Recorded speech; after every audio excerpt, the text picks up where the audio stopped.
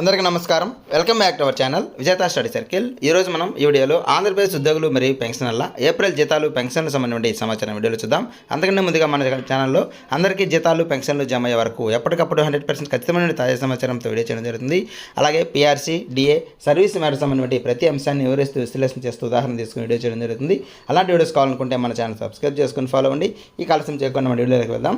ఉదయం దాదాపుగా ఒక 50% వరకు ఉద్యోగుల బిల్ నాట్ అప్రూవ్ కింద ఉన్నాయి. అలాగే పెన్షన్స్ విషయానికి వస్తే ఒక 80 నుంచి 90% వరకు అప్రూవ్ అయ్యాయి. అక్కడక్కడ కొన్ని బిల్లు మాత్రమే బిల్ నాట్ అప్రూవ్గా ఉన్నాయి. అయితే ఇప్పుడు ఈరోజు సాయంత్రం సమయంలో చూడడం జరిగింది.